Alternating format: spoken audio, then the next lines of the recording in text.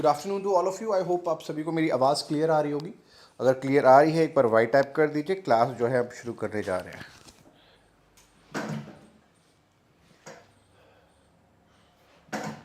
एक बार मुझे कॉन्फर्मेशन दे दीजिए अगर आपको मेरी आवाज़ एकदम क्रिस्टल क्लियर आ रही है तो। Good afternoon to all of you.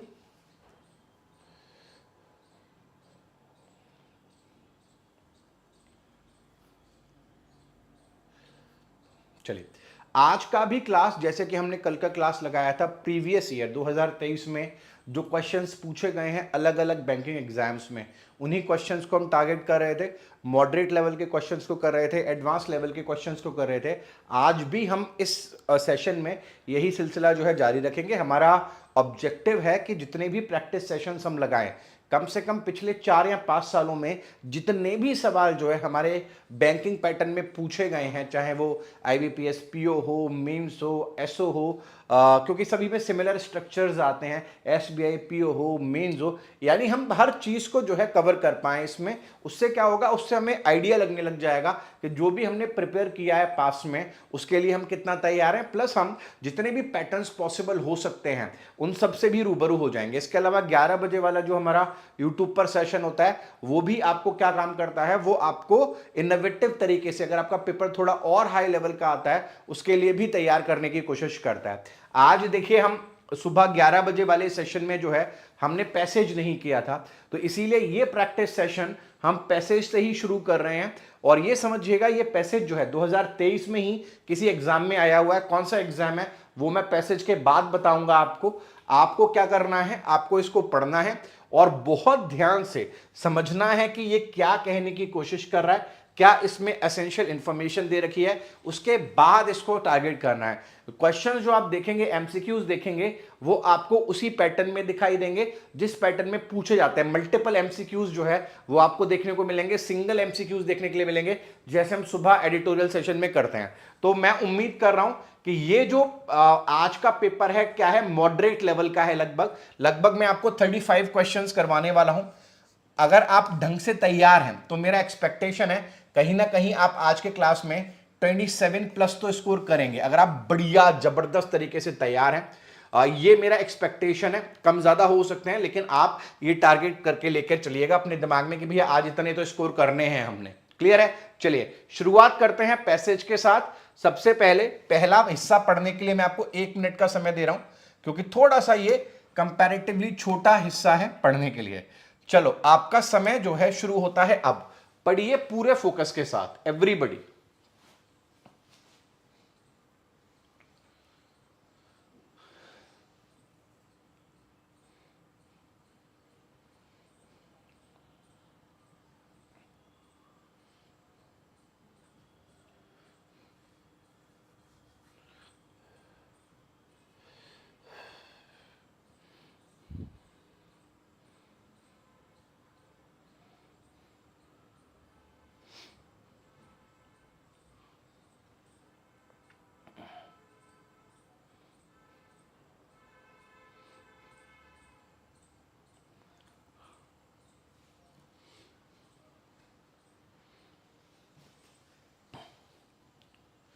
चलिए,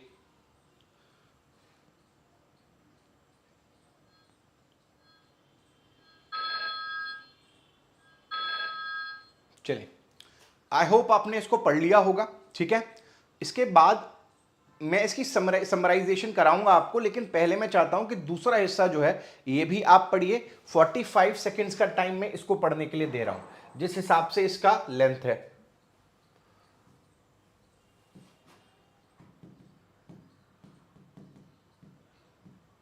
चलो पढ़ना शुरू करो, समय शुरू होता है अब आपका।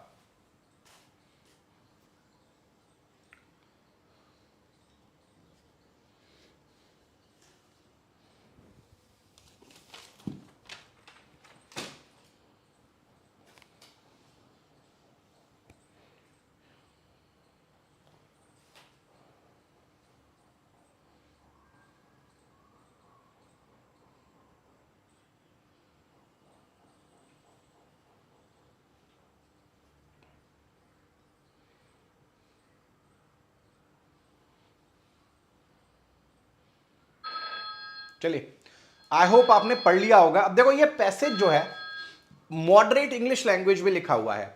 मैं आपसे सिर्फ आपको ये बताना चाहता हूं, आप टिक लगा लीजिएगा यस और नो में।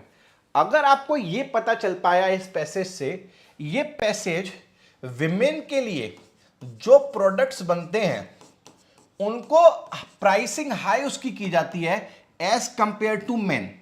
अगर आप इस बात को समझ पाए कि पैसेज इस बारे में है, इसमें ये जानकारी दी जा रही है कि विमेन के लिए जो प्रोडक्ट्स बनते हैं, चाहे पर्सनल केयर के हों चाहे कोई और हो, उनका प्राइसिंग जो है जनरली हाई होता है। ठीक है, अगर आप ये समझ पाए हैं तो एक बार यस जो है अपने हिसाब से सोचिएगा, और नहीं समझ पाए तो नो। दूसरी चीज आपको समझनी है वो ये है कि इस सेंटेंस में जो पिंक टैक्स का नाम दिया जा रहा है, एक्चुअल में ये टैक्स नहीं है। पिंक टैक्स एक फिनोमिनन को कहा जा रहा है जहां पर प्राइवेट कंपनीज जो हैं विमेन के लिए जो प्रोडक्ट्स बनते हैं उनको ज्यादा प्राइस देती हैं, और जो ज्यादा प्राइस दिया जा रहा है उसको पिंक टैक्स बोला जा रहा है। असली में ये टैक्स नहीं है। अगर आप इस बात को समझ पाए हैं तो खुद को वाई का ही जवाब दे सकते हैं कि हां मुझे ये बात जो है क्लियर हो गई है। तीसरी बात आप जो समझ पाएंगे, जो आपके लिए जरूरी है इस पैसेज में समझना, वो ये है कि ये जो है कहीं ना कहीं जो जेंडर इक्वालिटी होता है कि भैया ऐसा क्यों हो रहा है कि विमेन के लिए जो प्रोडक्ट्स बने हुए हैं उनका प्राइस ज्यादा है और मेन के लिए जो प्रोडक्ट्स हैं उसका प्राइस कम है, तो इस इशू को जो है वो उठा रहा है और कहा जा रहा है ऐसा नहीं होना चाहिए। प्रीवियस कुछ साल पहले किसी बिल वगैरह की भी बात हो रही है, और मेन मकसद जो है ये है। अगर आप ये तीनों बातें जो है समझ पाएं इस पैसेज से, बाकी आपको चाहे चीजें समझ आए ना आए, लेकिन अगर आप इतना भी ड्रॉ कर पाए इस पैसेज से, तो इसका मतलब है आप पैसेज में जो एमसीक्यूज दिए हुए हैं इनमें से ज्यादातर एमसीक्यूज आप सॉल्व कर पाएंगे अगर आप ये बात भी समझ पाए। अगर ये दोनों भी आप समझ पाए हैं तो भी जो है आप समझ पाएंगे। बाकी जितनी भी डिटेल जो इस पैसेज में दी हुई है वो मेन डिटेल्स नहीं है, वो सपोर्टिव डिटेल्स है। कैसे सपोर्टिव डिटेल्स है? जैसे पर्सनल प्रोडक्ट्स हैं। अब पर्सनल केयर के प्रोडक्ट्स में एग्जांपल्स दिए हुए हैं, जैसे शेविंग जेल है, डिओड्रेंट है। ये क्या, ये सपोर्टिंग डिटेल्स है, ये मेन डिटेल नहीं है। यहां पर जब कहा जा रहा है कि जेंडर इक्वालिटी के हिसाब से चीजें होनी चाहिए, तो ये जो एग्जाम्पल दिए गए हैं कि भैया ऐसा हुआ था, जैसे जैकी स्पीयर ने कुछ किया था, ये भी क्या है, सपोर्टिंग डिटेल्स है। इसी तरह से आप देखिए प्रोडक्ट के नंबर्स बताए जा रहे हैं कि 35 प्रोडक्ट हैं, 106 प्रोडक्ट हैं, 122 प्रोडक्ट्स हैं, ये भी क्या है, ये भी सपोर्टिंग डिटेल्स हैं। इसके अलावा ये 7% ज्यादा है, ओवरऑल 13% ज्यादा है। ये जो स्टेटमेंट, ये जो मेन मुद्दा कहा जा रहा है ना, ये सारी डिटेल्स इस मुद्दे को सपोर्ट करने के लिए की जा रही है। इस मुद्दे पर भरोसा, ताकि जो पढ़ने वाला है वो इस पर बिलीव कर पाए, इसीलिए ये एविडेंसेस दिए जा रहे हैं। मेन मुद्दा जो है पैसेज का वो यही तीनों बातें हैं जो मैंने आपको करवाई हैं, और हमें एग्जामिनेशन में यही टारगेट करना चाहिए कि मेन मुद्दे पकड़ लेंगे तो चीजें क्लियर हो जाएंगी। अब देखो ये क्वेश्चंस भी प्रीवियस ईयर के ही पूछे हुए हैं। पहले क्वेश्चन पर आते हैं। मैं आपको इसको सॉल्व करने के लिए 30 सेकेंड्स का समय दे रहा हूं, आराम से पढ़िएगा शुरू से लेकर आखिर तक, फिर बताइएगा।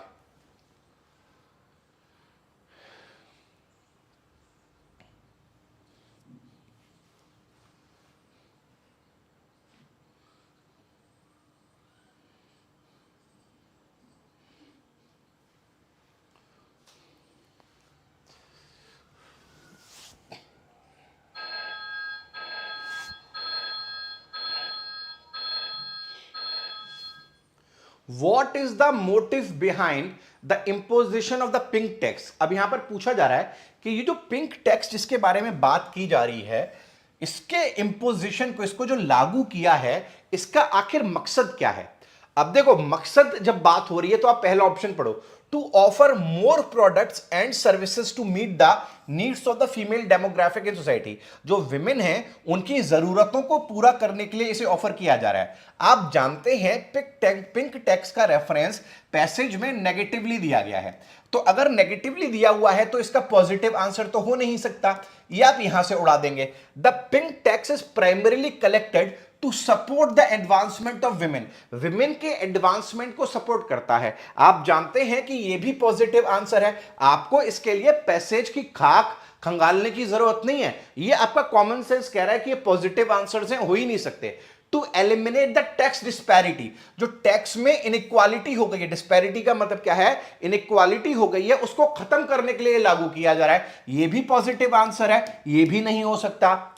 Jennifer Weiss Wolf introduce the pink tax to promote gender based tax equalities, ये जेनिफर वेस वुल्फ ने इंट्रोड्यूस किया था ताकि जेंडर बेस्ड इक्वालिटी बन सके, ये भी पॉजिटिव आंसर है, ये भी नहीं हो सकता।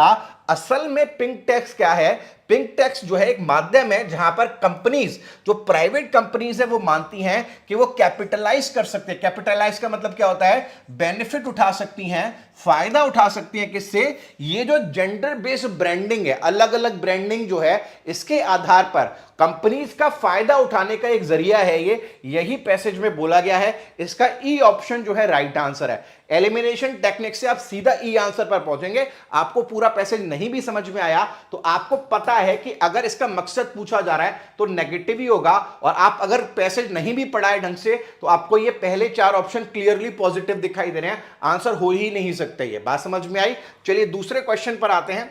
Second question for you.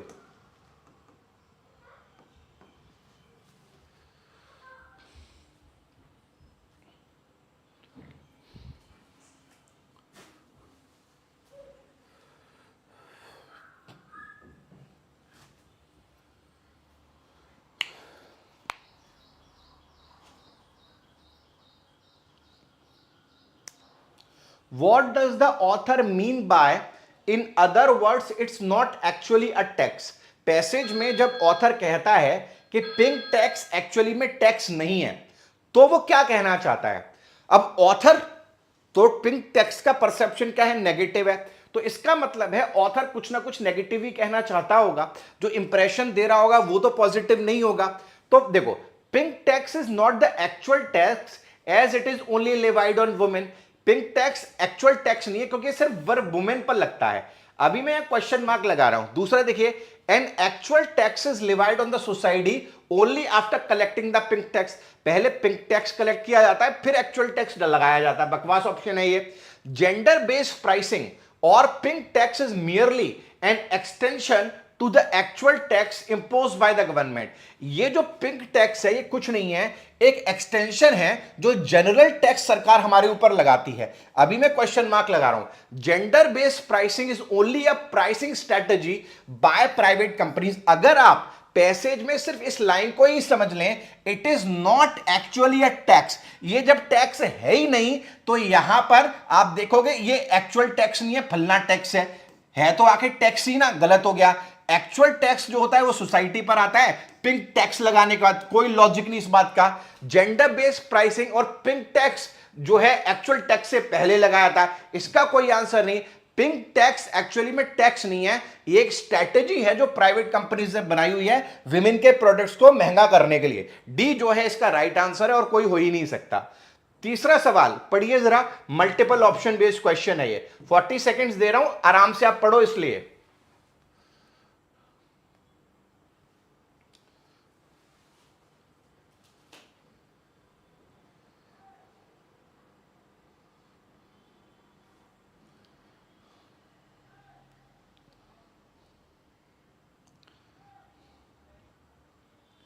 Answer दीजिए जरा।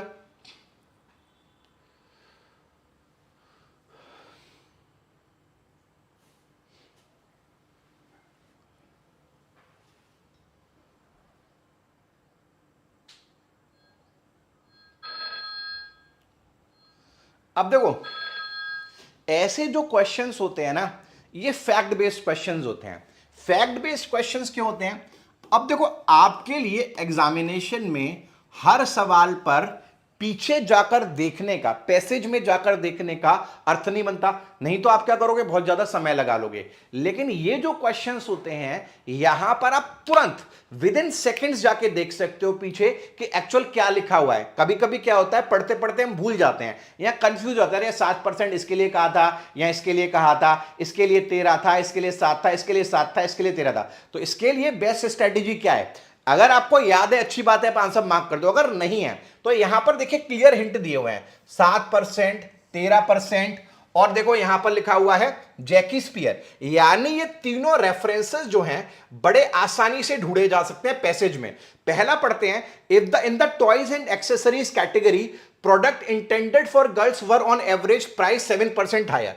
तो हम क्या करेंगे, बड़े आसानी से पैसेज में जा सकते हैं, रेफर कर सकते हैं। देखो, in the toys and accessories category found that on average those intended for girls were price 7% higher. यानी हम यहां पर बड़े आसानी से कह सकते हैं कि ये वाला आंसर तो क्या है, राइट है। अब हमें पता है 13% का जिक्र कहां पर है, क्वेश्चन को पढ़िए। N average price variation of 13% was observed for personal care. यानी पर्सनल केयर प्रोडक्ट्स के लिए 13% का वेरिएशन था जो विमेन के लिए टारगेट किए गए थे। फटाफट से आप जाइए और पढ़िए, देखिए 13% ये रहा। NYC's report found that women face an average price difference of 13% for personal care products among the 122 products compared in the city. किसके लिए, पर्सनल केयर प्रोडक्ट्स। यानी आपको पता है ये भी सही है। अब आ जाइए तीसरे में, the report discussed by the legislative attempts to address the pink tax such as the bill passed by assembly women Jackie Speier in 1995। आप पीछे जाइए, आप देखेंगे यहां पर क्लियरली लिखा हुआ है। देखिए, आप नीचे जाएंगे, legislative attempts however could correct the pink tax in 1995. Then assemblywoman Jackie Spear successfully passed a bill that forbade gender pricing of services such as haircuts। तो 1995 में जैक स्पियर ने पिंक टेस्ट को लेकर एक लेजिस्लेटिव अटेम्प्ट किया था। यानी यहां पर जो बात कही जा रही है वो बात भी क्या है, एकदम सही है कि लेजिस्लेटिव प्रयास जो है 1995 में किए गए थे। तो आप जो है इसको रेफर कर सकते हो। ऑल 1, 2 एंड 3 जो है वो आपके राइट आंसर्स होंगे। अगर आप टेक्निकली पढ़ोगे, यहां पर भी क्या है, the report discuss the legislative attempts to address the pink tax such as the bill passed by assembly women in Jackie Speier in 1995। इसका भी क्लियर जिक्र जो है आपको पैसेज में दिखाई दे रहा है और इसीलिए इसका आंसर जो है ई ऑप्शन रहने वाला है। ठीक है, चलिए आगे बढ़ते हैं, नेक्स्ट क्वेश्चन पे आते हैं। पढ़िए जरा क्वेश्चन और आंसर करिएगा। 40 सेकंड दे रहा हूं आपको। तो ऐसे जो फैक्ट बेस्ड क्वेश्चंस होते हैं इनको आप पैसेज में रेफर कर सकते हो जल्दी जल्दी जाकर।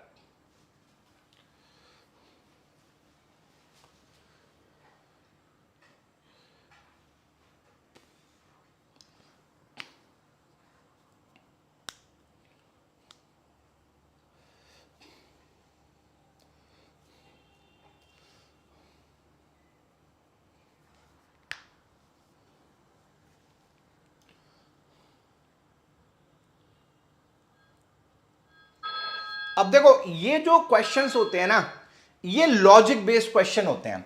यानी इन क्वेश्चंस के आंसर आपको पैसेज में किसी एक लाइन में नहीं मिलेंगे कि आप इस लाइन में ढूंढ लो, अरे ये लिखा है आंसर। ये पैसेज हमारे, ये जो आंसर्स हैं ये हमारे कॉम्प्रिहेंशन पर डिपेंड करते हैं कि पूरा पैसेज समझने के बाद क्या हम वो लॉजिक निकाल पाएंगे कि क्या पूछा जा रहा है हमसे। तो यहां पर देखो क्या पूछा जा रहा है, what is the consequence of gender based pricing. Gender based pricing का परिणाम क्या होता है कंज्यूमर्स पर, विमेन पर। यार ऑब्वियस सी बात है, क्या परिणाम होगा, उनको ज्यादा पे करना पड़ेगा, ज्यादा पे करेंगे तो इनइक्वालिटी होगी, यही परिणाम होगा। देखते हैं जरा, business can generate increase profits. और याद रखें, जब ऐसे सवालों का आंसर दे रहे हो तो हमेशा पैसेज को ध्यान में रखिए। पैसेज क्या बात करता है इसके बारे में कि बिजनेस जो है ज्यादा प्रॉफिट जनरेट कर सकते हैं जिससे प्रोग्रेस होगी सोसाइटी की। बकवास option. Continuing N unjust pricing approach might foster a sense of superiority. इससे मेन जो है वो सुपीरियर फील करने लगेंगे। कहीं जिक्र है क्या पैसेज में? नहीं है। Price differences can worsen in economic inequality. Passage में वर्ड यूज किया गया है डिस्पैरिटी। डिस्पैरिटी का मतलब भी इनइक्वालिटी होता है, सुबह द हिंदू एडिटोरियल में कई बार करवाया है। तो प्राइस डिफरेंसेस से क्या होता है, जो इकोनॉमिक इक्वालिटी है उसमें गड़बड़ आ जाती है, डिस्पैरिटी आ जाती है for women in lower income house hold. Passage में क्लियरली गिवन है ये। पांचवा सवाल ये रहा आपके लिए, पढ़िए जरा। 40 चलो सेकंड दे रहा हूं, पढ़ो जरा एक बार।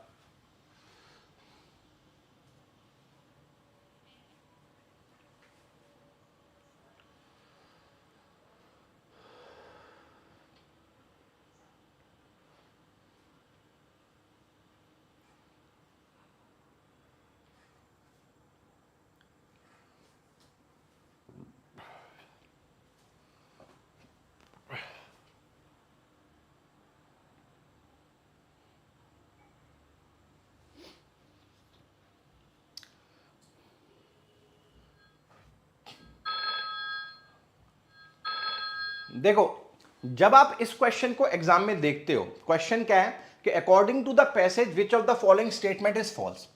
जब आपसे पूछा जाए कि फॉल्स स्टेटमेंट क्या है, तो जब आप इस क्वेश्चन को अप्रोच कर रहे हो ना, तो अगर आप देखो यहां पर 5 ऑप्शंस दिखाई दे रहे हैं, एक ऑप्शन ऑल आर ट्रू है, यानी ये भी संभावना है कि ये चारों सही भी हो सकते हैं, और अगर फॉल्स होगा, देखो यहां तो ये चारों सही होंगे तो ई ऑप्शन होगा, और अगर गलत है तो इनमें से कोई एक गलत होगा, दो तो गलत हो नहीं सकते, तीन गलत, अगर एक गलत होगा तो इसका मतलब जो तीन स्टेटमेंट है वो सही होंगे। चलिए, जब हम इस लॉजिक से पढ़ेंगे, देखो गलत पहचानना हो सकता है मुश्किल हो, लेकिन ट्रू पहचानना आसान होता है। पढ़ते हैं, the New York city report encompass 5 different industries and analyse 35 product. ये सवाल का जवाब इतना आसान है कि आप देखो यहां पर क्लियरली फैक्ट्स दिए हुए हैं, आप 5 सेकंड में पैसेज में जाके इस फैक्ट को वेरीफाई कर सकते हो। अगर आप वेरीफाई करोगे तो आपको पता चलेगा ये ट्रू है। क्या है ये? ट्रू है।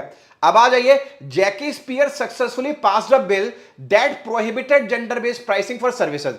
हेयर कट क्या होता है? सर्विस होती है, इसको लेकर इन्होंने बिल पास करवा दिया था, यानी आपको पता है ये भी ट्रू है।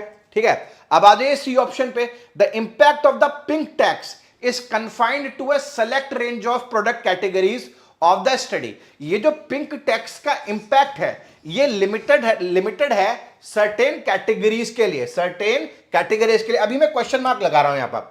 The pink tax is a pricing strategy employed by private companies with in a capitalist framework. Pink tax जो है एक प्राइसिंग स्ट्रेटजी है जो प्राइवेट कंपनीज एम्प्लॉय करती हैं अपना दाम बढ़ाने के लिए। ये भी एकदम सही है। सवाल है कि सी ट्रू है या फॉल्स है। तो देखो, जो इंपैक्ट है पिंक टैक्स का, ये लिमिटेड होता है select range of product categories पर। Select range of product categories में कौन से आ जाते हैं? जैसे पर्सनल केयर के प्रोडक्ट्स हैं, जैसे टॉयज हैं, ये सब पर लागू नहीं होता। सारे प्रोडक्ट्स जो विमेन के लिए बनते हैं सब पर पिंक टैक्स का लॉजिक नहीं है। पिंक टैक्स का लॉजिक है चुनिंदा प्रोडक्ट्स पर, जो पर्सनल केयर के प्रोडक्ट्स हैं, जो टॉयज हैं गर्ल्स के लिए, छोटे बच्चों के लिए होते हैं, उनके लिए जो लागू होता है। तो इसी वजह से यहां पर ये वाला ऑप्शन भी क्या है? ट्रू है। यानी यहां पर ई ऑप्शन जो ऑल आर ट्रू जो है आपका राइट आंसर होने वाला है। क्लियर है? चलिए आगे बढ़ते हैं। विच of the following word aptly फिल्स the blank given in the passage. एक बार आप इन सारे शब्दों को देख लीजिए, फिर मैं आपको एक बार पैसेज में लेकर जाता हूं और फिर हम देखेंगे कि क्या पॉसिबल आंसर्स हो सकते हैं। कॉस्ट, प्रॉफिट, इक्विटी, कैटेगरीज और रिस्क। अब देखो, आप आओ ब्लैंक में, ये रहा। Such as shaving gel and deodorant are the ones purchase most frequently compared with other categories, meaning that the dash add up over time, meaning that the dash add up over time। हाँ बिल्कुल, personal care समय के साथ जो है बढ़ जाता है। क्या बढ़ जाता है?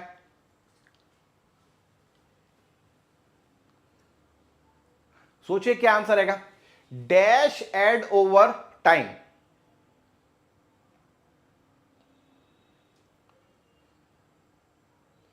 आंसर दीजिए।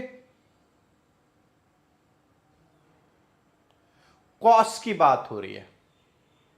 कॉस्ट जो है, बिल्कुल कॉस्ट इसका राइट आंसर है, सभी ने सही दिया है। चलो, अब यहां पर पूछा हुआ है choose the word that is similar meaning of the word encompassed as highlighted in the passage. आपको याद होगा परसों की क्लास में ही मैंने आपको द हिंदू एडिटोरियल में एनकम्पास शब्द करवाया था, ठीक है, और इसका मतलब बताया था शामिल होना। किस किस को याद है? जिस जिसको याद है वो एक बार YES टाइप करो कि परसों के क्लास में हमने हिंदू एडिटोरियल में एनकम्पास वर्ड किया था। जिसको याद है वो यस टाइप करो।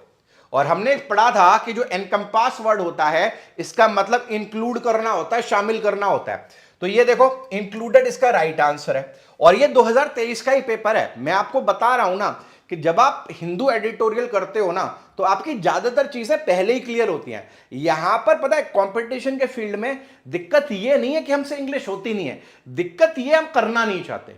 90% बच्चे जो स्ट्रगल करते हैं वो एफर्ट देते नहीं है जो उनको देना चाहिए। आप खुद सोचो, अगर मैं किसी चीज में कमजोर हूं, अगर मैं किसी चीज में कमजोर हूं तो मैं क्या करूंगा? मैं उस पर काम करूंगा ना, और तब तक करूंगा जब तक मेरा परफेक्शन नहीं आ जाए। यही तरीका है किसी भी स्किल को एक्वायर करने का। अब हम क्या करते हैं, हम इसको पढ़ाई की तरह लेते हैं। अरे यार 4 घंटे पढ़ तो लिए, 3 घंटे पढ़ तो लिए। मैंने 3 क्लासेस क्या स्टार्ट कर दी थी एक बार, इतने सारे बच्चों, अरे सर 3 घंटे कैसे पढ़ेंगे, 3 घंटे तो सर फिर बाकी सब्जेक्ट कब पढ़ेंगे। अगर हमारा माइंडसेट ऐसा होता है ना, तो फिर हम कभी सीख नहीं पाते हैं, कभी नहीं सीख पाते हैं। तो उसका अरे मत पढ़ो, क्या फर्क पड़ता है, मत पढ़ो, 5 साल में तैयारी कर लेना फिर। तो कहने का मतलब है, अगर हमने टारगेट करना है, कोई जबरदस्ती नहीं है, लेकिन करना है तो फिर हमें सैक्रिफाइसेस करने के लिए तैयार रहना चाहिए। तो अभी भी इतना समय है कि अगर आप अभी भी लग जाओ ना ढंग से, पास में अगर कुछ गड़बड़ हो गई है उसको छोड़कर, और तो आप निकाल लोगे एग्जाम। इतना मुश्किल काम नहीं होता एग्जाम निकालना। पढ़िए जरा, ये शब्द भी न जाने कितनी बार हमने एग्जाम में किया है, सुबह के एडिटोरियल में किया हुआ है, कम से कम 10 बार तो मुझे ही याद है 6 महीने में। इस पर तो पूरा रूट वर्ड भी करवाया था मैंने।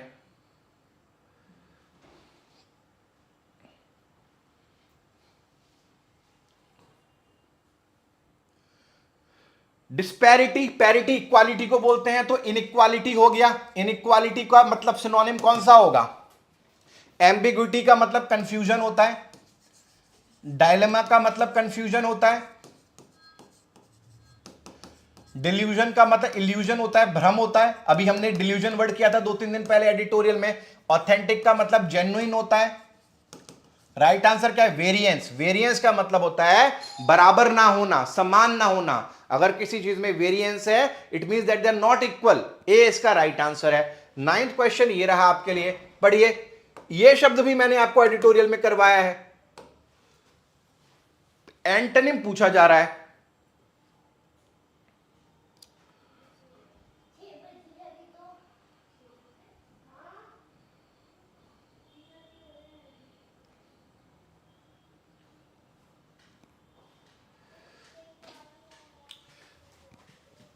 डेलिनेट का मतलब क्या होता है? किसी चीज को डिस्क्राइब करना डिटेल में। डिस्क्राइब इन डिटेल, किसी चीज को डिस्क्राइब करना डिटेल में। एक तरफ अब आप डिस्क्राइब कर रहे हो, आपसे क्या पूछा जा रहा है? ऑपोजिट पूछा जा रहा है। एक तरफ होता है बताना भी नहीं आता, एक तरफ छुपाना भी नहीं आता, तो छुपाना इस कॉन्सील्ड हो गया। ये सारे जो है इसके राइट आंसर हो गए, ठीक है। Concealed is the right word for this, ठीक है। 10वां सवाल, चलो पैटर्न चेंज हो रहा है। वर्ड यूसेज का क्वेश्चन आ रहा है आपके सामने।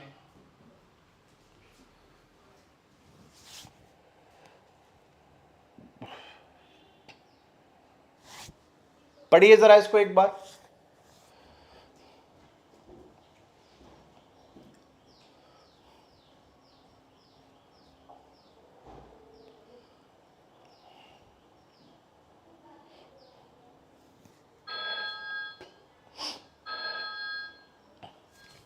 वर्ड यहां पर आपको जो नजर आ रहा है, वर्ड है बेनेवलेंट। सुबह के क्लास में अनगिनत बार कर चुके हैं। बेनेवलेंट का मतलब होता है काइंड।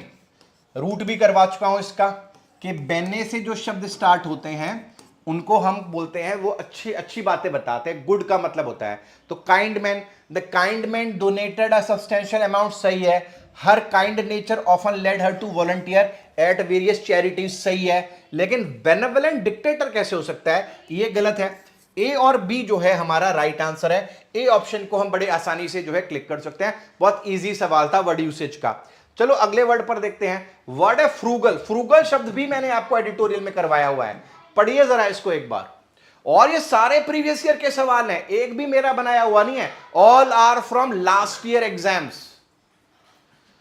तो क्लास लगाने दो बेटा। कौन है ये? ठीक है।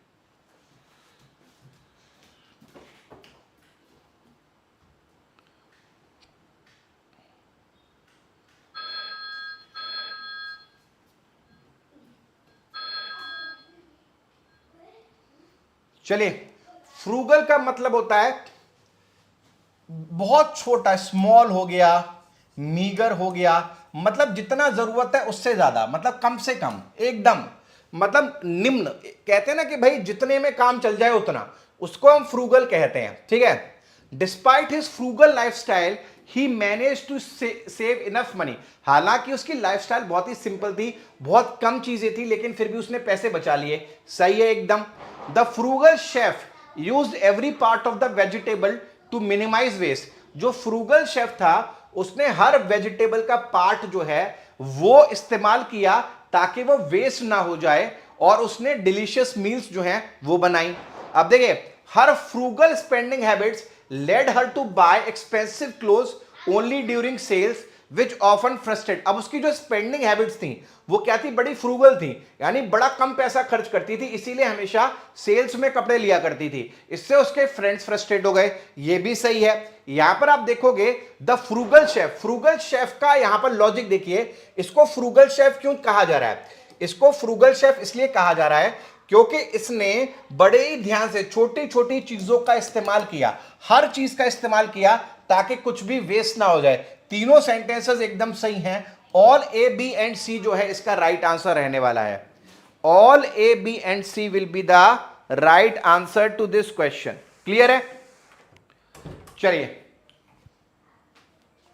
फ्रूगल वो होता है जो कम से कम में गुजारा कर ले, उसको बहुत ज्यादा चीजों की जरूरत नहीं है, जो कम से कम में गुजारा कर ले उसको हम फ्रूगल बोलते हैं। यहां पर ए बी एंड सी इसका राइट आंसर है। बहुत सारे बच्चे शायद बी ऑप्शन का मतलब नहीं समझ पाए होंगे, लेकिन बी भी एकदम सही है।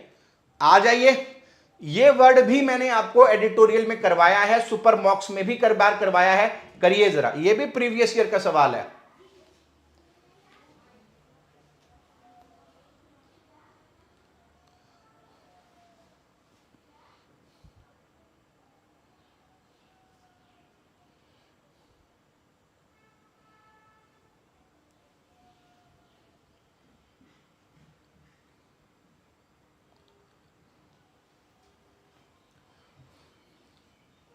यहां पर वर्ड है लोन। लोन का मतलब क्या होता है? अकेला होता है। ठीक है, लोन मतलब क्या होता है? जो अकेला है, जिसको किसी के साथ की जरूरत नहीं है। अलोन शब्द आपने सुना होगा, तो अलोन शब्द का मीनिंग होता है लोन, अकेला। अब in the new episode Eddie offers to help Jamie pay off student, इस लोन की तो स्पेलिंग ये होती है, ये तो पैसे वाले लोन की बात हो रही है, तो ये गलत हो गया। But China and Russia continue to be Venezuela's most powerful international boosters and have bailed out Maduro by giving his government massive loan। यहां पर भी पैसे वाले लोन की बात हो रही है, ये भी गलत हो गया। The Tigers have won 25 of their last 26 games dating back to last season with the lone loss। lone loss मतलब अकेला, 26 में से 25 जीते हैं, तो लॉस कितने हुए? एक अकेला ही लॉस हुआ है। तो ये लोन वर्ड जो है वो एकदम सही है। यहां पर आपका जो राइट आंसर है वो सी ऑप्शन जो है वो राइट आंसर रहने वाला है, और कोई राइट आंसर नहीं है। ठीक है, कारण क्या है? यहां पर उस लोन की बात हो रही है, और यहां पर जो है अकेला, एक सिंगल, तन्हा बोल सकते हैं, उसके लिए जो है इसका यूज किया जा रहा है। तो सी ऑप्शन जो है इसका राइट आंसर है। आई होप सभी को क्लियर हुआ होगा। चलिए पढ़िए जरा, क्वेश्चन को पढ़ना और फिर आंसर करना। क्वेश्चन क्या कह रहा है समझना, फिर आंसर करना। बढ़िया लेवल का क्वेश्चन है ये।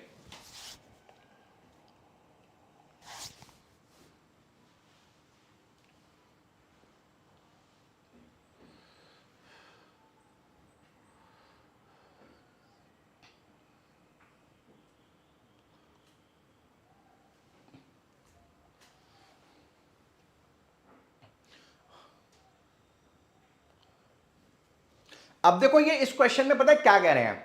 इस क्वेश्चन में ये कह रहे हैं पहले तो तुम ब्लैंक को फिल करो।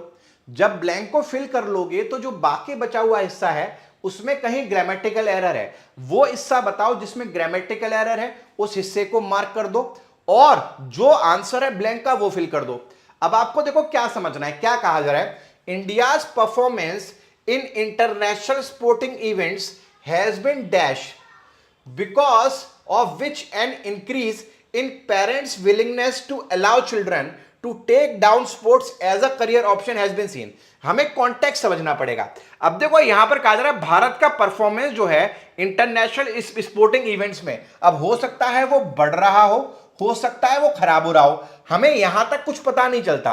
तो यहां पर इंप्रूविंग भी हो सकता है, बढ़ रहा हो, डिसअपॉइंटिंग भी हो सकता है, घट रहा हो, और वैसे का वैसा स्टैग्नेंट भी हो सकता है। चलो ये तो मान लेते हैं कि ये नहीं होगा, लेकिन इन तीनों में से तो हो सकता है। लेकिन जब आप आगे रेफरेंस पढ़ोगे, बिकॉज, अब ये कारण दिया हुआ है, बिकॉज ऑफ विच, अब because of which an increase in parents willingness to allow children, इस कारण से जो पेरेंट्स हैं उनकी विलिंगनेस यानी उनकी इच्छा कि उनके बच्चे क्या करें, स्पोर्ट्स खेलें, वो क्या हो गई है, बढ़ गई है। बढ़ेगी कब, जब ये पॉजिटिव होगा, जब ये इंक्रीज हो रहा होगा। इंक्रीज होने के लिए हमें यहां पर इंप्रूविंग दिखाई दे रहा है, तो यहां पर इंप्रूविंग हो सकता है। और बाकी आप देखोगे जब हम किसी चीज को अपनाते हैं तो उसे टेक डाउन नहीं कहते हैं, उसे टेक अप कहते हैं। मैंने कहा you should take up English classes, तो टेक अप का मतलब क्या होता है, तुम्हें लेनी चाहिए, अपनानी चाहिए।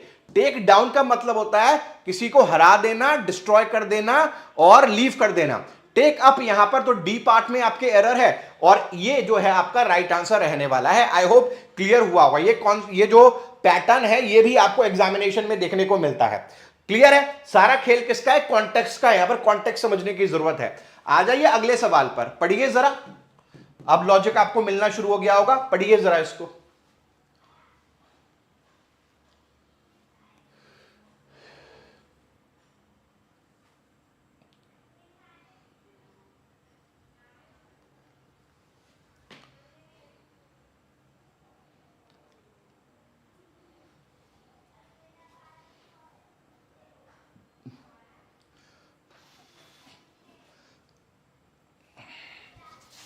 अब देखो इस क्वेश्चन में इतने सारे हिंट दिए हुए हैं ना, इतने सारे हिंट दिए हुए हैं हमें राइट आंसर तक पहुंचने के। जैसे there are a number of traditional food stall through this area. Through this area का कोई लॉजिक नहीं है, इन दिस एरिया होगा, इस एरिया में बहुत सारे फूड स्टॉल्स हैं। तो हमें यह पता चला एरर तो बी पार्ट में है। बी कहां लिखा है, यहां लिखा है, यहां लिखा है। ऐसे भी पकड़ सकते हैं, एक तरीका और है पकड़ने का। अब देखो यहां पर क्या लिखा है, ऑथेंटिक लिखा है, आ डैश ऑथेंटिक डैश। अब देखो डिलीशियस एंड ऑथेंटिक, लॉजिक बना रहा है। डिलीशियस भी पॉजिटिव क्वालिटी है, ऑथेंटिक भी पॉजिटिव क्वालिटी है। तो यहां पर that gives you, which give you a taste of the most delicious and authentic of the ancient royal kitchen, जो है ये आपका यहां पर राइट आंसर बन सकता है बड़े आराम से। क्लियर है, तो बी जो है आपका राइट आंसर है। 15वां सवाल करिए जरा सॉल्व एक बार।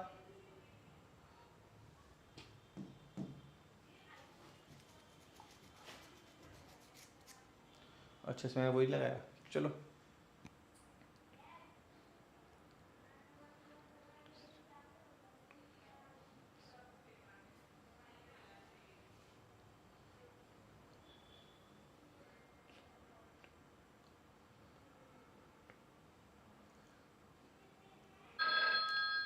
चलिए यहां पर आप देखेंगे, यहां पर देखो सारा जो आंसर है वो कॉन्टेक्स्ट में छुपा हुआ है कि ये ओवरऑल जो है वो क्या कहने की कोशिश कर रहे हैं।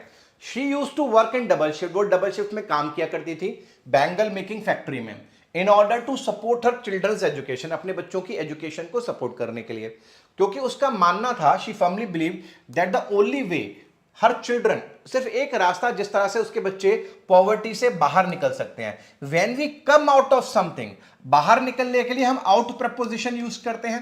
तो आप आउट देखो कहां लिखा है, तो ये जो है grow out, could grow out of poverty is by educating themselves. तो हम बड़े ही आसान रेफरेंस से यहां तक पहुंच जाएंगे। चलिए अगला सवाल ये रहा आपके लिए, पढ़िएगा क्वेश्चन को अच्छे से फिर आंसर करिएगा। ये पढ़ना बहुत जरूरी है, कभी कभी हम इसी में गड़बड़ कर देते हैं। पढ़ो जरा एक बार।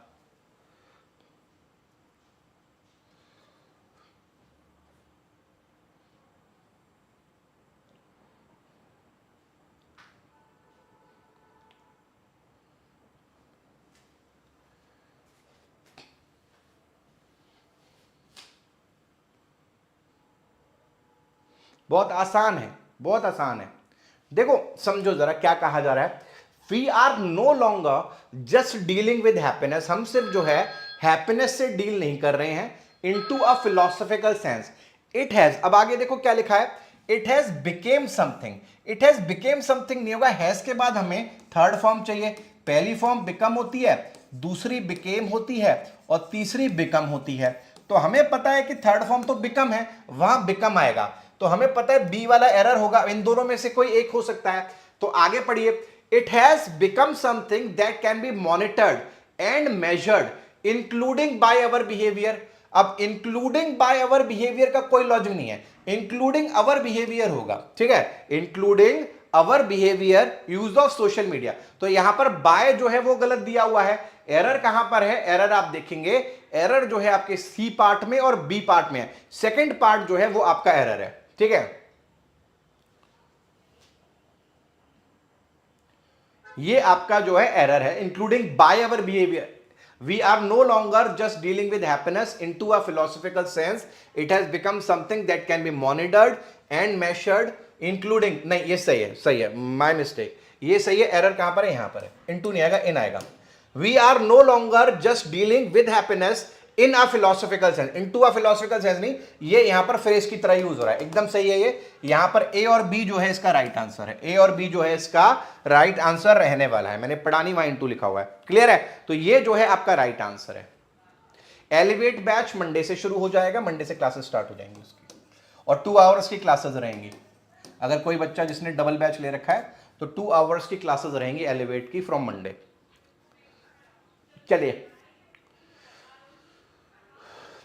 पढ़िए जरा,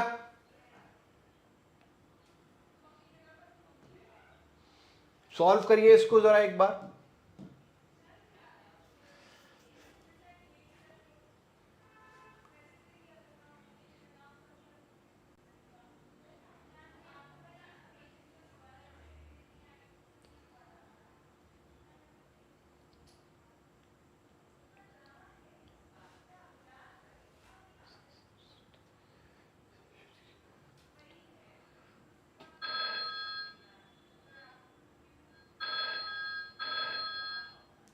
चलिए यहां पर आप देखेंगे तो आपको देखो कुछ प्रॉब्लम तो सामने दिखाई दे रही होगी। यहां पर ये जो वर्ड लिखा है टेल, ठीक है, तो टेल, इस टेल का मतलब तो कहानी होता है ना, स्टोरी होता है, अ फेरी टेल। यहां पर तो पूछ की बात हो रही है तो उसकी स्पेलिंग तो टेल होती है, तो TAIL आएगा। यहां पर माउस के संदर्भ में बात हो रही है तो सी पार्ट में तो एरर है ही, ठीक है, सी पार्ट में तो एरर है ही। Accident should give birth to tailless mice. अब देखो क्या प्रॉब्लम है यहां पर,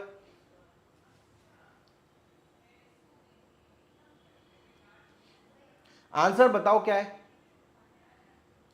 a mouse would not be born with something its parents have learned during their lifetimes any more than a mouse that loses its tail in an accident should give birth to tailless mice। क्या बोलेंगे, C part में error है, वहां पर भी mouse आना चाहिए।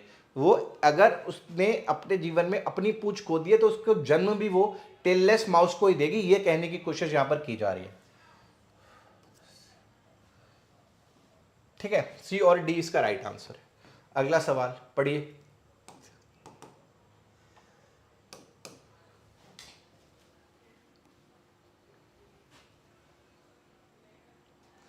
कभी कभी बहुत सिंपल एरर फॉर्म लिखा होता है लेकिन हम पहचान नहीं पाते, जैसे पिछला क्वेश्चन सेम था, बहुत सिंपल एरर फॉर्म था लेकिन हम हाई कुछ एक्सपेक्ट कर रहे होते हैं तो हमसे आंसर आता नहीं है उस तरीके का। पढ़िए जरा।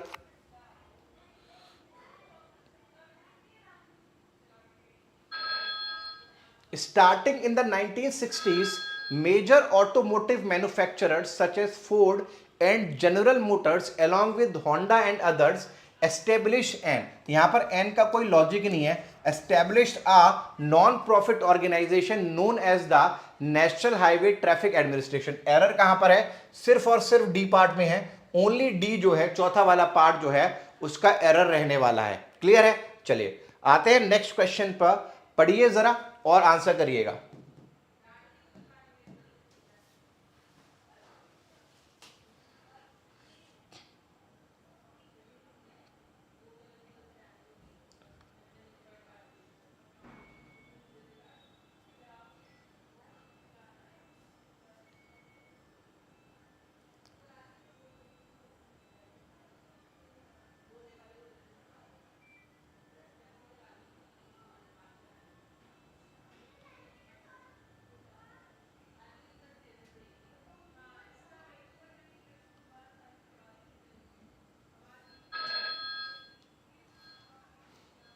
चलिए सवाल है, dash is always a double movement of simultaneous dash and undoing. अब देखो यहां पर थोड़ा सा ना डिफिकल्ट है ये क्वेश्चन करने के लिए। कारण क्या है कि यहां पर जो सेंटेंस कहना चाह रहा है ना उसका लॉजिक हमें समझ में नहीं आएगा, लेकिन हम यहां पर एलिमिनेशन से काम कर सकते हैं क्योंकि कुछ वर्ड्स जो हैं वो हमें क्लियरली दिखाई दे रहे हैं, ठीक है। जैसे कि फोर्थ ऑप्शन फार्मेसी, फार्मेसी का यहां पर कोई लॉजिक नहीं है कि pharmacy is a double movement, इसका कोई भी लॉजिक नहीं है। उसी तरह से जो बी ऑप्शन है structure, structure is always a double movement नहीं है। कारण क्या है, ये किसी कॉन्सेप्ट की बात हो रही है, यहां पर जो है इसकी बात नहीं हो रही, कोई फिजिकल चीज की बात नहीं हो रही। फार्मेसी और स्ट्रक्चर यहां नहीं आएगा। अब जैसे थर्ड ऑप्शन है एम्बिग्यूटी, एम्बिग्यूटी का मतलब क्या होता है, जब क्लैरिटी नहीं होती है। तो ambiguity is always a double movement of simultaneous equivocation. Equivocation का मतलब क्या होता है, जब हम इसे भी सही कह रहे होते हैं, इसे भी सही कह रहे होते हैं। एंड अनडूइंग, अब अनडूइंग का मतलब होता है जब हम किसी चीज को नहीं करते। अनडूइंग का मतलब क्या होता है, ना करना।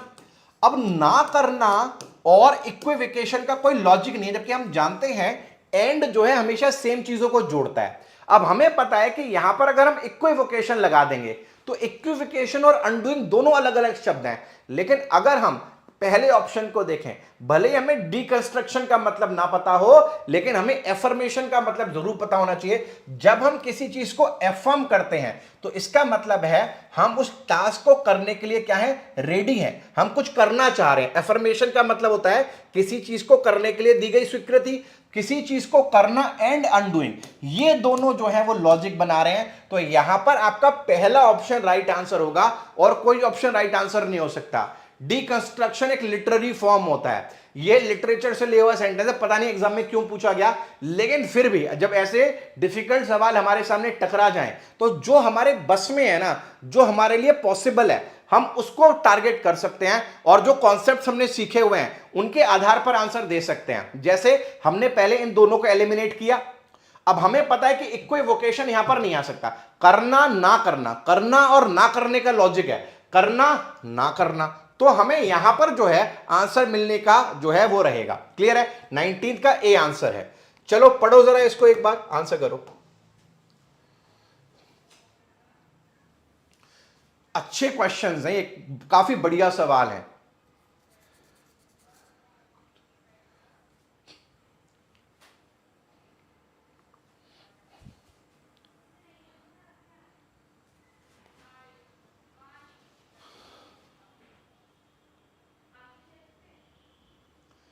The only function of economic dash is to make astrology look.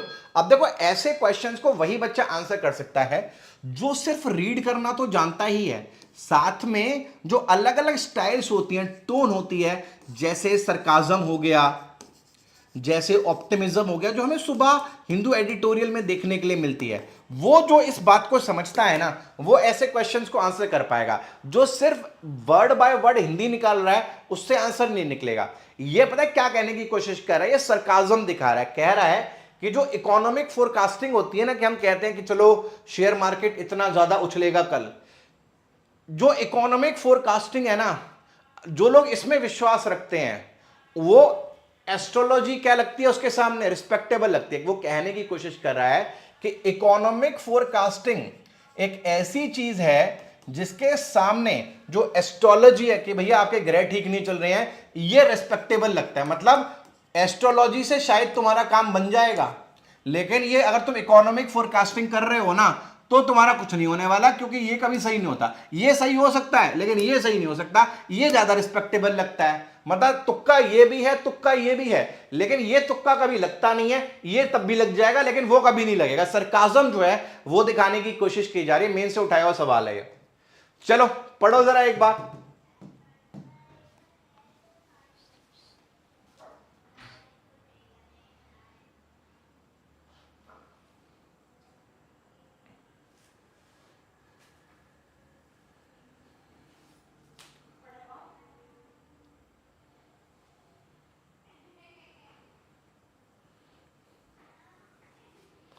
Even though homelessness dash people in different ways, its dash effect on people's self-esteem and well-being is uniform। अब देखो आपको क्या समझना है, आपको क्या समझना है कि पहली बात आपको समझनी है, होमलेसनेस एक सिंगुलर नाउन है। तो यहां पर आप देख रहे हो सारी वर्ब लगी हैं, तो हमें ऐसी वर्ब चाहिए जिसके साथ एस लगा हुआ हो। एस कहां नहीं लगा हुआ, यहां नहीं लगा हुआ, तो इसको तो हम उड़ा सकते हैं। ठीक है, अब यहां पर देखो, यहां पर कोई भी आंसर आए, लेकिन आप सोचो कि होमलेसनेस जो है, अब देखो इंपैक्ट हो गया, इन्फ्लुएंस हो गया, अफेक्ट हो गया, ये कहीं ना कहीं प्रभावित करने की बात कर रहा है। हम इनमें से कोई भी सही मान लेते हैं, तो सेंटेंस का मतलब है जो होमलेसनेस होती है वो लोगों को कई तरीके से प्रभावित करती है, लेकिन उसका डैश परिणाम जो है लोगों की सेल्फ रिस्पेक्ट पर वो एक जैसा होता है। कैसा परिणाम? अगर कोई बेघर होगा तो परिणाम कैसा होगा? पॉजिटिव होगा क्या? नहीं होगा पॉजिटिव। तो देखो पॉजिटिव उड़ गया। डेवलपिंग होगा? डेवलपिंग नहीं हो सकता। कॉरोसिव होगा। आप सबको मैंने एक वर्ड करवाया था, इरोजन। इरोजन का मतलब होता है खराब होना, और जब इरोजन करवाया था तब उसी का सिनोनिम बताया था कोरोजन। कोरोजन का भी मतलब खराब होना होता है। तो यहां पर थर्ड ऑप्शन जो है वही राइट आंसर आपका रहने वाला है। तो ये देखिए, मैं ये नहीं कहता कि जब आप एग्जाम में बैठोगे आपको सारे शब्द आते होंगे।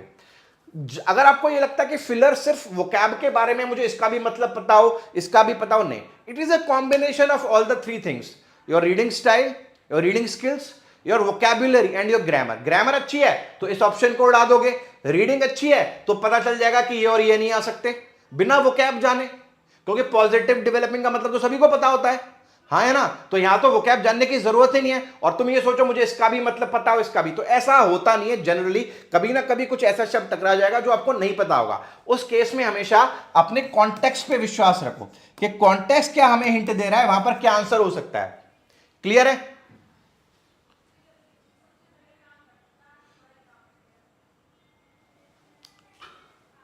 कंटेंट में, लैपटॉप में कंटेंट करने में 25 सेकंड का लग रहा है। क्या लग रहा है? 25।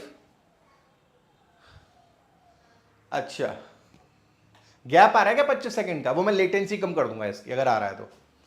चलो पढ़ो जरा, इसको पढ़ो एक बार।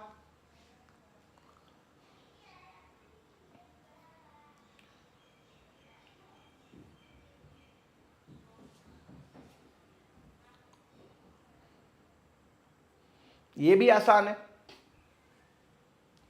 Many times we dash things without dash them. कई बार हम क्या करते हैं, चीजों को डैश कर देते हैं विदाउट डैश देम। यहां पर अगर आप लॉजिक लगाएंगे तो सेकंड ऑप्शन जो है वो राइट आंसर है। कभी कभी हम चीजों को कॉन्ट्राडिक्ट कर देते हैं। कॉन्ट्राडिक्ट मतलब हम अग्री नहीं करते उस चीज से।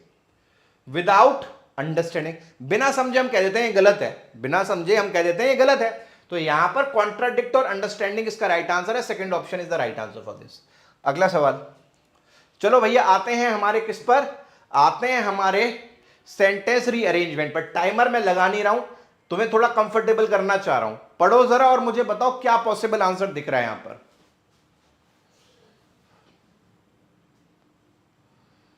चौथा सेंटेंस करेक्टली प्लेस्ड है।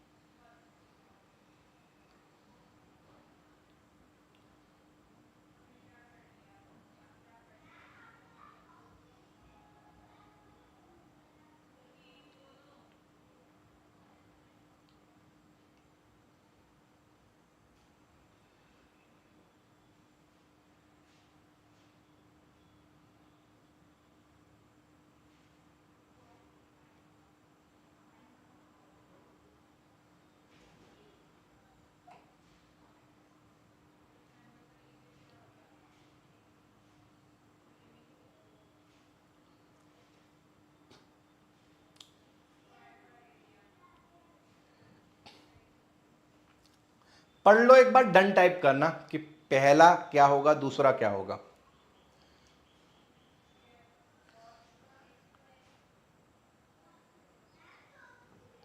चलो देखो, अब यहां पर अगर आप बी ऑप्शन में आओ तो देखो, precision agriculture is a farming concept is, क्या हो गया भाई तुझे?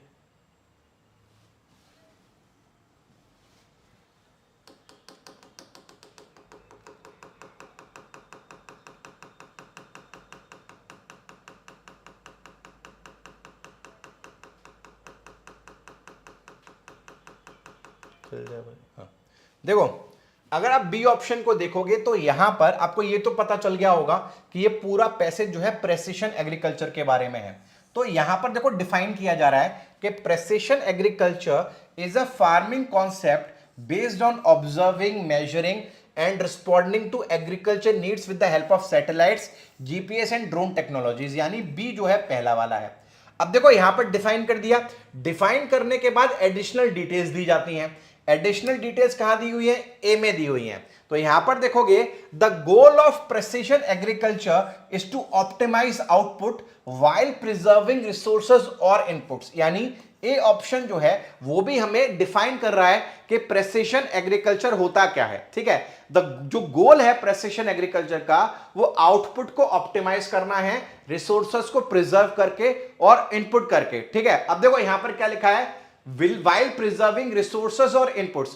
अब देखो दिस मीन्स, अब अगला देखो ऑप्शन क्या है, एफ ऑप्शन है। दिस मीन्स, इसका मतलब यह है कि application of precise and correct amounts of water, fertiliser and pesticides among other inputs in order to minimise waste and maximise yields. यहां पर इसका मतलब यह है कि प्रिसाइज और करेक्ट अमाउंट ऑफ वाटर और फर्टिलाइजर यूज करते हैं जिससे कि वेस्ट कम से कम हो और जो यील्ड है वो ज्यादा से ज्यादा हो। अगर आपको नहीं पता चल रहा कि एफ तीसरा है तो आपको पता होना चाहिए कि चौथा ऑप्शन फिक्स है यहां पर। अब चौथे ऑप्शन में देखो क्या लिखा है, दिस काइंड ऑफ फार्मिंग। किस काइंड ऑफ फार्मिंग? तो यानी इससे पहले बताया गया हो ना कौन सी काइंड ऑफ फार्मिंग, कौन सी काइंड ऑफ फार्मिंग ये बताई गई है। देखो, जहां पर सही अमाउंट में वाटर हो, फर्टिलाइजर हो, पेस्टिसाइड्स हो और दूसरे इनपुट्स है, इस तरीके की फार्मिंग, इसी के लिए this kind of farming technique लिखा हुआ है। तो इसका मतलब है ये जो है इससे पहले ही आया होगा। तो बी ए एफ जो है वो हमारा सीधा कॉम्बिनेशन बन रहा है। उसके बाद देखिए जरा, ये हो गया B A F, B A F चौथा इसके बाद है ही। अब देखिए क्या आएगा,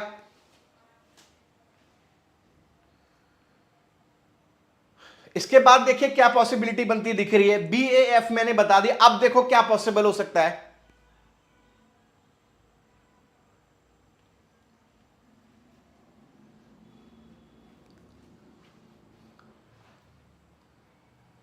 अब देखो यहां पर क्या है, this kind of farming technique can significantly reduce the amount of crop inputs while increasing it। इससे क्या होगा, जो खेती करने में पैसा लगता है वो कम हो जाएगा। अब कम हो जाएगा, इसका परिणाम क्या होगा कि फार्मर्स जो है पैसा बचा पाएंगे, thus farmers save money and get a higher return by spending less on water, fertiliser and pesticide cost. इसका परिणाम यह होगा, यानी डी यहां पर आएगा।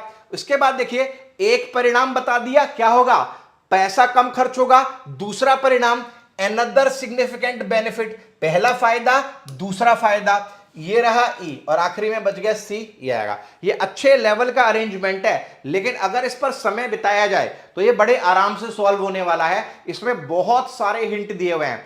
जब भी क्लास में सेंटेंस रीअरेंजमेंट करा करो, हमेशा याद रखा करो कि जब ये शीट, जब ये पीडीएफ आपके पास पहुंच जाए, हमेशा एक बार खुद अपने नजर से एक बार और सॉल्व करके देखना है। जो चीजें मैंने आपको सिखाई हैं उसके आधार पर आपको इसको अप्लाई करके देखना है। आई होप क्लियर हुआ होगा, यही इसका राइट आंसर है।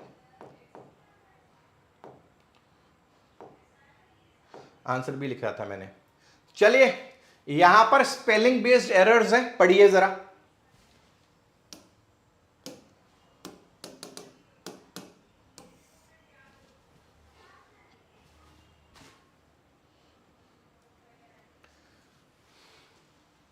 Because of his refusal to conform to social conventions, Quixote is perceived। यहां पर देखो एरर स्पेलिंग का पूछा जा रहा है, ये स्पेलिंग गलत है। याद रखें जो वर्ड्स होते हैं जिनमें सा की साउंड आती है, जैसे कॉन्सीट हो गया, ठीक है,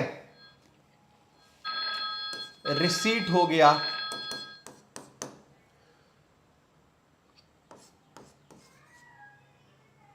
परसीव हो गया, इनमें आई नहीं आता, इनमें ई आई आता है। पहले ई आता है फिर आई आता है। तो एरर कहां पर है, परसीव की जो स्पेलिंग लिखी हुई है वो गलत लिखी हुई है, बी पार्ट जो है वो गलत है।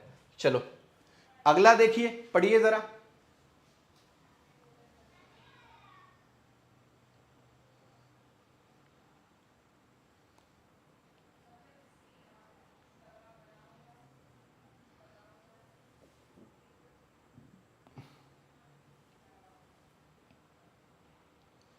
अब देखो यहां पर आपको पढ़ने में ये सही लग रहा होगा, लेकिन यहां पर जो वर्ड लिखा है ना, जो क्वालिफाइड वर्ड है, क्वालिफाइड का जो नेगेटिव वर्ड होता है ना, वो अनक्वालिफाइड नहीं होता, वो होता है disqualified. It is not unqualified, it is disqualified. तो यहां पर स्पेलिंग हो सकता है आपको सही लग रही हो, लेकिन the word is wrong. Disqualified जो है इसका राइट आंसर होना चाहिए। इरेशनल तो आई थिंक सही लिखा हुआ है, ठीक है। डिसक्वालिफाइड आपने कभी सुना है? अनक्वालिफाइड नहीं सुना होगा। Unqualified is not a word, it is disqualified, it is disqualified. Clear है? चलिए पढ़िए जरा इसको।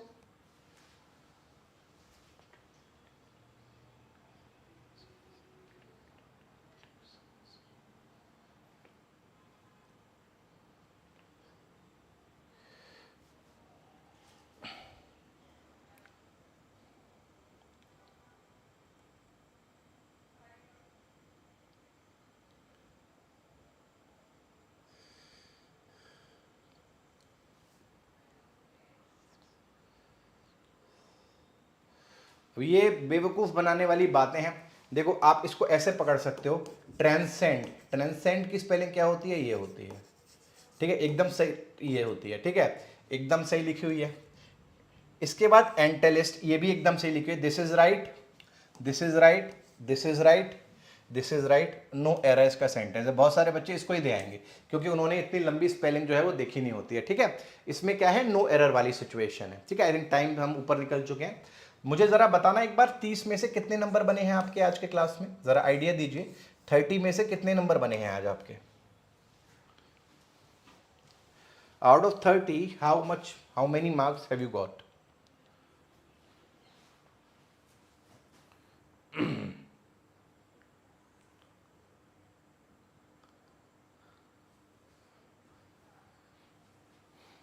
बिल्कुल इस प्रैक्टिस सेशन में सब कवर कर दूंगा, सारा प्रीवियस ईयर कवर कर दूंगा। 11 बजे इनोवेटिव क्वेश्चंस के लिए कनेक्ट हो जाना।